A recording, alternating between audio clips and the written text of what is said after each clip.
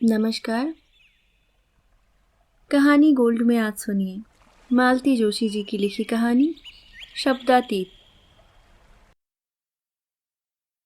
सुनो, सो गई क्या? इन्होंने मेज पर काम करते करते ही आवाज दी। क्या है? मैंने आवाज में आलस भरकर कहा। इतनी रात गए, अब किसी इंटरेस्टिंग केस का भीतर बाहर समझने की शक्ति मुझ में नहीं थी। वह चिट्ठी लिख दी क्या तुमने? सुनकर मैं भीतर तक काठ हो आई। पहले से जानती तो उत्तर ही न देती। एक पत्र लिखना है और तुम्हें 3 दिन से फुर्सत ही नहीं हो रही। पर आपको क्या?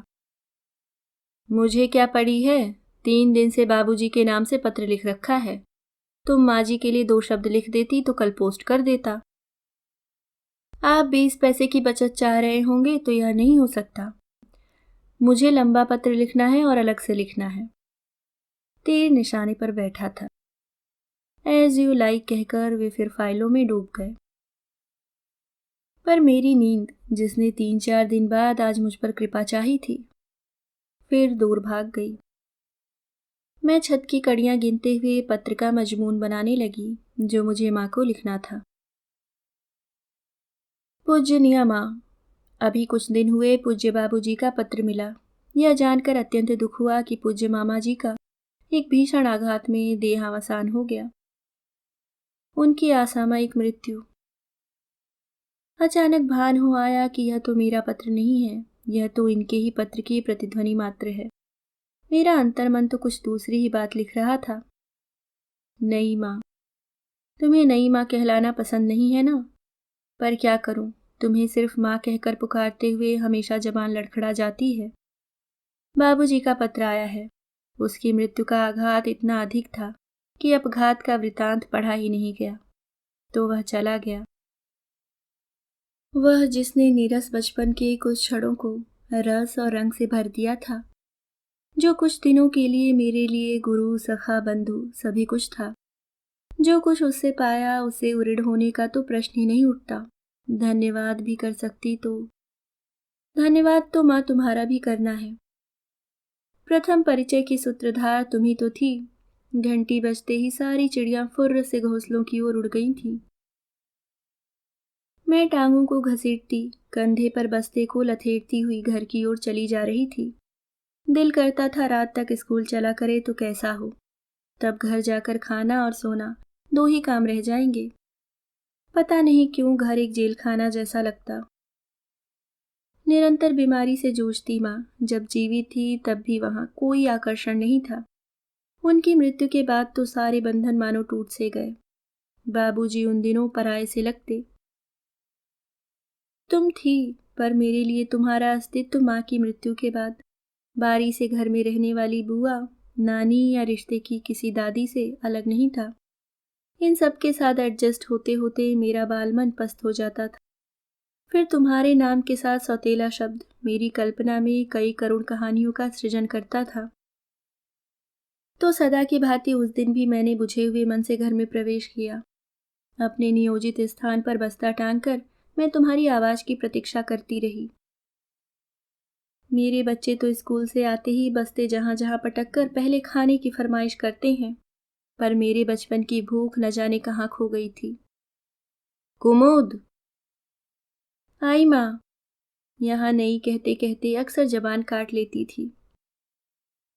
रसोई में रोज की तरह आसन लगाकर मेरे लिए दूध नाश्ता रखा हुआ था। बेटे, अपने मामा जी को भी आवाज दे ले। तुमने कहा, तब देखा कि आसन 2 लगे हैं। उसे निर्लिप्त भाव से लौटकर सारा घर देख आई, पर मामा जी का पता न था। शैतान कहीं निकल तो नहीं गया? विनोद! तुम्हारी धारदार किंतु महीन आवाज घर में गूंजी और दूसरे ही क्षण रसोई के दरवाजे पर नीला हाफ शर्ट और सफेद हाफ पैंट पहने एक लड़का खड़ा था। तो यह बुद्धू राम थे। इन्हें तो मैं देख आई थी। माँ के पलंग पर पेट के नीचे तकिया रखकर टांगे हवा में नचाते हुए अली बाबा 40 चोर पढ़ रहे थे। पर मैंने सोचा था मामा जी के सुपुत्र होंगे। दीदी, यह बूढ़ी सी लड़की कौन है? शर्म और अपमान से मैं लाल हो उठी थी। मेरे दूध के दांत गिरने बंद हो गए थे, पर कई रिक्त स्थानों की पूर्ति अभी शेष थी। विनोद, तुमने तीखे स्वर में कहा, फिर तुम्हारी मुद्रा स्वतः ही तरल हो आई। मेरे सिर पर हाथ फेरते हुए तुमने कहा था, यही तो कुमुद है हमारी बेटी। सच कहना, हमारी बेटी कहते हुए तुम्हारा स्वर कांप नहीं गया था?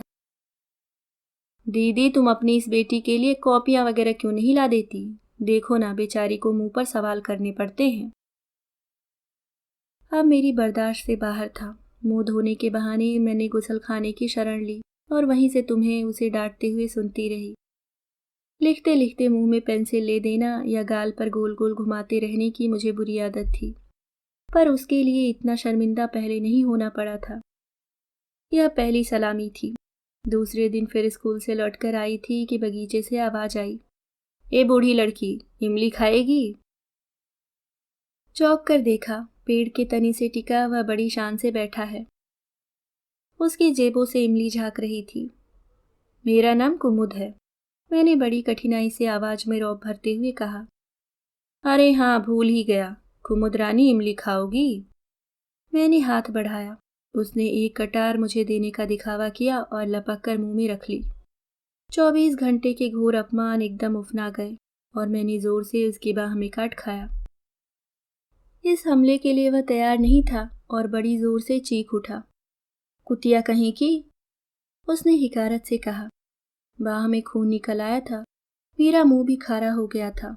दौड़कर मैंने हौज के पानी से 7-8 कुल्ले किए और तब तक मुझे अपने किए का भान हुआ और भविष्य की आशंका एक राक्षस की तरह मुझे निगलने लगी। जी हुआ इसी हौज किनारे बैठी रहूं, हो सके तो डुबकी लगा जाऊं, जिससे घर न जाना पड़े। अगर वह अपना घाव धोने हौज पर न आता तो शायद मैं वहीं बैठी रहती। थोड़ी देर में मन में करुणा जागी और पट्टी बांधने के बहाने संधि का प्रस्ताव रखने की भी इच्छा हुई, पर उसकी आंखों में तिरस्कार की छाप इतनी स्पष्ट थी। उस दिन शाम मैंने ढेर सारा होमवर्क किया, सर किताब से उठाया ही नहीं। बस तुमने खाने के लिए आवाज दी तभी उठना पड़ा। मैं, बाबूजी और वह तीनों के लिए आसन बिछे थे। खाते समय देखा उसके हाथ में पट्टी है। क्या हुआ रे, काहे की लगा लाया है?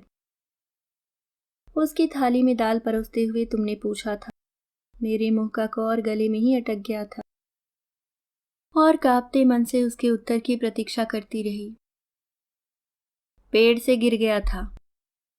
राहत की सांस लेकर मैंने कृतज्ञ भाव से उसकी ओर देखा। वह निर्विकार भाव से खाना खा रहा था, पर उसकी बेरुखी मुझे खली नहीं। सद्भावना का वह जरा सा क्षण भी मेरे लिए कितना महत्वपूर्ण बन गया था। दूसरे दिन उसे अकेले देखकर मैंने आवाज दी, क्या है? इतनी सारी बातें मैं समेट कर गई थी। उसे धन्यवाद देना था, कुछ अपने व्यवहार की सफाई भी देनी थी, कुछ दुख प्रदर्शन भी करना था, पर समय पर सब भूल गई। बस इतना ही पूछा, क्या बहुत दर्द होता है? होता भी हो तो तुम्हें क्या, उसने रुखाई से कहा। सहज स्नेह का प्यासा मेरा मन इतनी घृणा सहन नहीं कर पाया और अनजाने ही मेरे गाल आंसुओं से भीग चले थे। मेरे आंसुओं ने उसके किशोर अंतःकरण में किसी संवेदनशील पुरुष को जगा दिया था। सारा मनोमालिन्य पलक मारते घुल गया। पता ही नहीं चला उसने कब मुझे कुम्मी और मैंने उसे विनोद कहना प्रारंभ कर दिया था। तू हमेशा रोनी सी सूरत क्यों बनाए रहती है? तभी तो छेड़ने का मन होता है, विनोद ने कहा था। माँ की याद जो आती है, मैंने जो जवाब सूझा दे दिया। दरअसल मैं खुद नहीं जानती थी कि मुझे क्या दुख है, बस कसक सी अनुभव करती थी। धत पगली, उसके लिए कोई रोता है? मुझे देख, पापा कितना याद आते हैं, पर हमेशा हंसता रहता हूँ। पर यह बात कहते हुए उसके चेहरे पर जो भाव था, निश्चय ही वह हंसी का नहीं था। तो क्या तुम्हारे पिता नहीं हैं? मन में सहानुभूति से ज्यादा था कौतूहल। तौलना चाहती थी कि कौन सा दुख अधिक बड़ा है। पापा होते तो क्या दीदी को इस तरह बूढ़े से ब्याह देते? विनोद, मैं चीखी। एकाएक बाबूजी बहुत ज़्यादा अपने लग उठे थे। तब उसे भान हुआ कि वह क्या कह गया है और एकाएक बहुत शर्मिंदा हो उठा।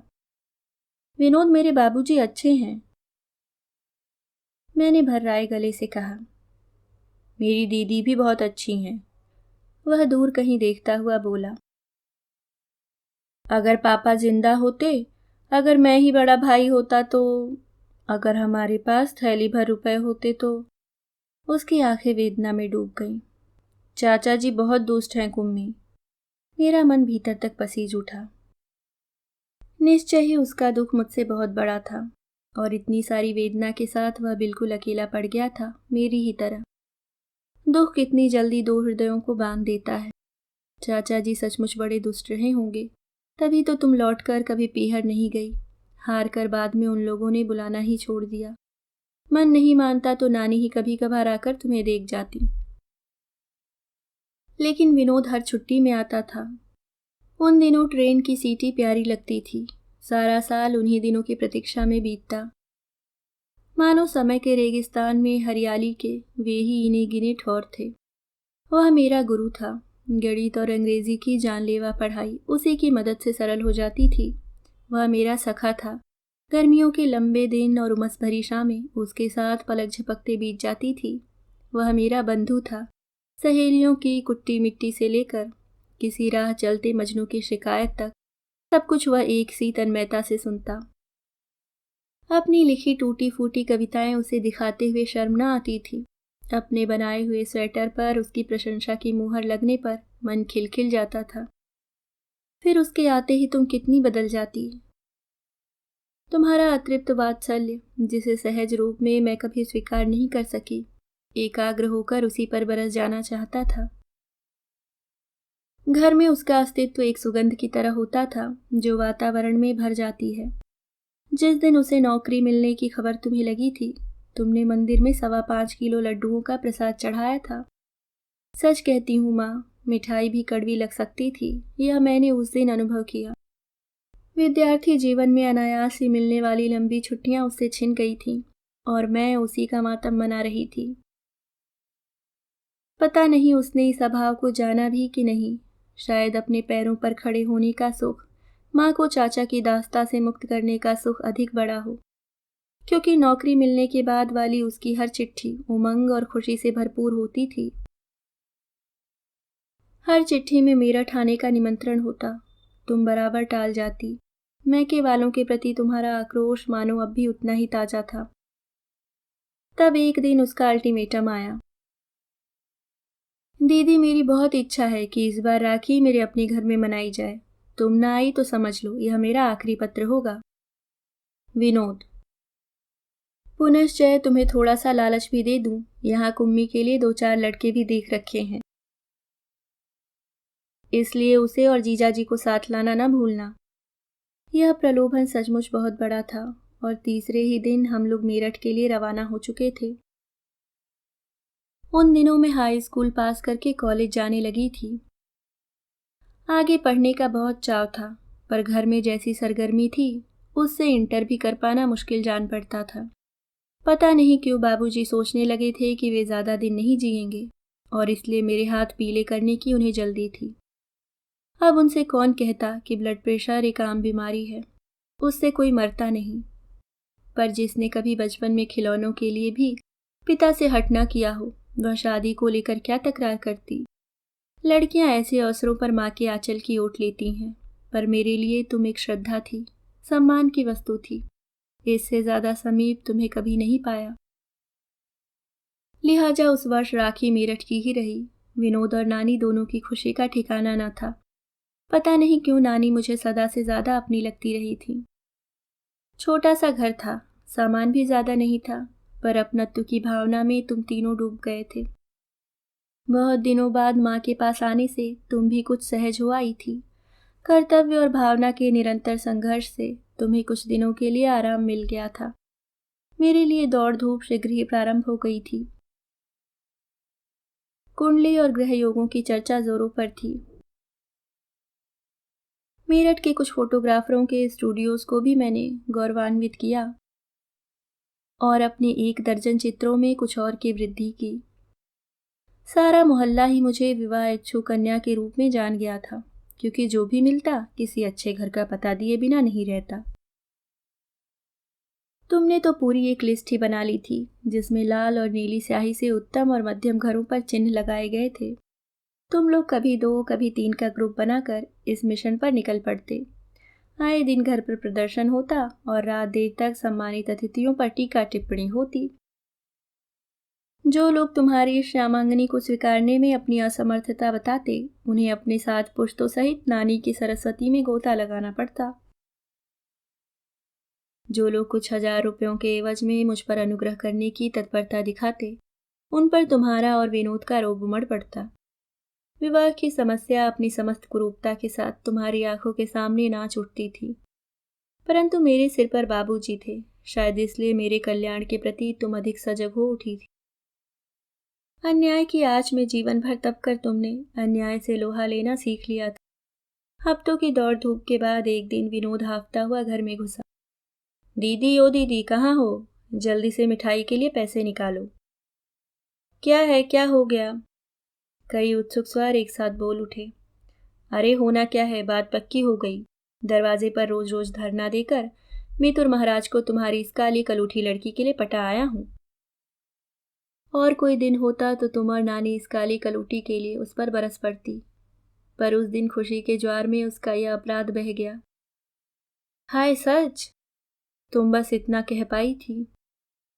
हाँ, और अब जल्दी से मेरे लिए 2 जोड़ी जूतों का इंतजाम करो। इनकी हालत देखो क्या हो गई। कहते हुए उसने धूल से अटे हुए अपने जूतों का नाटकीय प्रदर्शन किया। तू जूतों की कह रहा है? तेरे लिए तो मैं सूट सिलवाऊंगी। तूने वो काम किया है? तुम्हारी खुशी चेहरे से फूटी पड़ रही थी। सूट तो बनवाना ही पड़ेगा। उनके यहाँ इतनी बार गया हूं कि मेरे कपड़े वे देख चुके हैं। अरे कोई पानी वानी तो पिलाओ, धूप में सिक कर आया हूं। फौरन भाग दौड़ शुरू हो गई। नानी ने पड़ोस के लड़के को भेजकर बर्फ मंगवाया। मैंने कैरी घोलकर शरबत बनाया।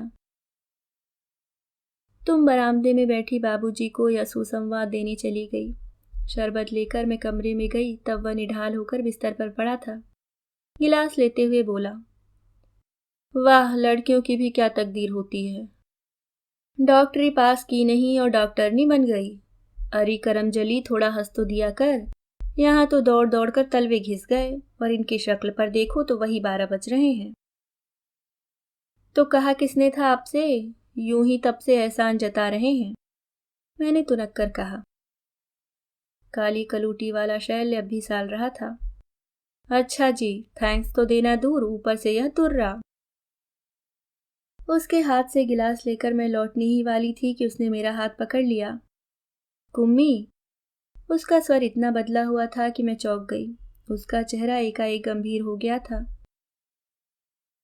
इतने दिनों तक तो पता नहीं किस नशे में मैं दौड़ धूप करता रहा, पर अब लगता है यह असंभव है। क्या असंभव है? यह असंभव है कुम्मी। मैं तेरे बगैर जिंदा नहीं रह सकता। तेरी शादी की कल्पना से ही मन पर कैसी आरी सी चल रही है। विनोद। हाँ कुम्मी, मैं पागल था जो इतने दिनों तक यह बात नहीं जान सका। कैसा आश्चर्य है ना, मेरे ही मन की बात मुझी से छिपी रही। मेरे दोनों हाथ उसने थाम रखे थे। उसका स्पर्श मेरे लिए नया नहीं था, पर उसका अर्थ अवश्य नया हो गया था। उन हाथों की गिरफ्त में ही यह रहस्य मुझ पर प्रकट हुआ कि क्यों शादी की चर्चा से मेरा मन कभी आंदोलित नहीं हुआ, क्यों मेरे मन में भावी वर के लिए कोई तरंग नहीं उठी। विनोद, अब क्या होगा? मन में कितना कुछ उमड़ रहा था, पर होठों से केवल यही शब्द बाहर आए। क्या होगा? कुछ तो करना ही पड़ेगा, और मैं ही वह करूंगा। मैं कहूंगा, मैं साफ साफ कह दूंगा। मैं धीरे से उठाई। एक अस्फुट भय, एक अज्ञान आशंका मन को व्याप गई थी। तुम लोगों ने अधिक समय खोना ठीक नहीं समझा। दूसरे ही दिन शगुन के रुपए दे आने का प्रोग्राम बना। घर में अजीब चहल पहल थी। रसोई में नानी मिठाई का थाल सजा रही थी। बाबूजी तैयार होकर बरामदे में चहलकदमी कर रहे थे। तुम्हारी हड़बड़ी का तो कहना ही क्या था। एक पैर भीतर था और एक पैर बाहर। इन सबसे उदासीन मैं बीच वाले कमरे में बैठी एक मेजपोश काढ़ने का प्रयास कर रही थी। तुम शायद रुपए निकालने के लिए कमरे में आई। तुम्हारे पीछे ही एक आवाज आई, दीदी। शायद सुई उंगली में चुभ गई थी। मुंह में उंगली देकर मैं चुप बैठी रही, ऊपर देखा तक नहीं। दीदी, क्या है रे? टांगा आ गया क्या? बस तैयार हूं मैं। देख, अभी ये 501 निकाल रही हूं, ठीक है ना? तू बोलता क्यों नहीं? और अभी यूं ही खड़ा है, तैयार नहीं होगा क्या? तेरा चेहरा कैसा हो रहा है? धूप तो नहीं लग गई? ला देखूं तेरा हाथ। कमरे में मेरा दम घुटा जा रहा था, पर पाँव ने तो जवाब दे दिया था, उठती कैसे। विनोद, कुछ कह तो भैया, क्या वहां से कोई संदेश आया है? दीदी, याचना में डूबा यह स्वर क्या उसी का था? दीदी, कुमुद को मुझे दे दो, मैं उसके बिना रह नहीं सकता। तड़ाक। कमरे में जैसे बिजली कौंध गई और उसके साथ ही तुम बरस पड़ी। बेहया बेशरम, निकल जा मेरे सामने से। पता नहीं तुम कितनी देर और क्या क्या कहती रही। यहाँ होश किसे था? मन तो जैसे सुन्न हो गया था। इतना ही याद पड़ता है कि उसी तांगे से हम लोग स्टेशन आ गए थे। घर पहुंचकर जो पहला वर मिला, उसी के साथ मुझे ब्याह दिया गया। 12 वर्ष बीत गए हैं, उसे फिर कभी नहीं देखा। पर इतने अरसे बाद भी जब उस दिन की याद आती है तो माँ, वेदना में डूबी उसकी आवाज कलेजे को मथ डालती है। मन में जैसे एक हुक सी उठती है, कुमुद कुमुद। सिर पर स्नेहिल स्पर्श का भान हुआ। मैंने करवट बदल कर देखा, सिराहने वे बैठे हुए थे। पढ़ते पढ़ते मुझे ऐसा आभास हुआ कि तुम सो रही हो। यहाँ आकर देखा कि तुम्हारी तो हिचकी बंधी हुई है। आंसुओं से भीगा अपना मुंह मैंने दोनों हाथों से ढांपने की चेष्टा की, पर इन्होंने मेरे हाथ पकड़ लिए और थपथपाते हुए बोले, I can very well understand your feelings. Lakh खून का ना सही रिश्ता आखिर रिश्ता होता है। फिर भी कहूंगा, you have borne it bravely. मैं निशब्द होकर उनकी संवेदना झेलती रही। दोस्तों, ये थी कहानी शब्दातीत।